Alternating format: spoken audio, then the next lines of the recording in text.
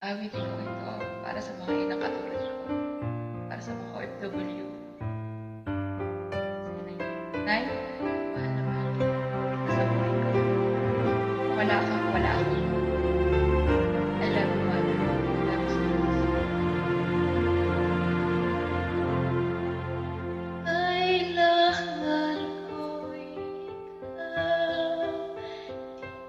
dito sa piling ko.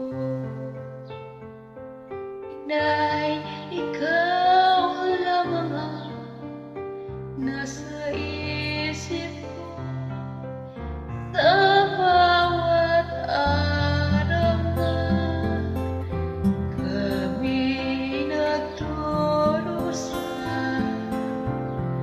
Tanging ina lamang ang nakadarama.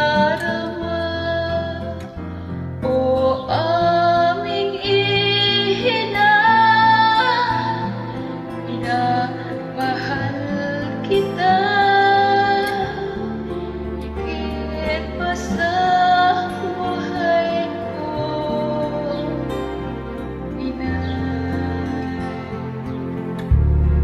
Sa mga anak na maaging mahalin mo mga inay. Maraming kapatid.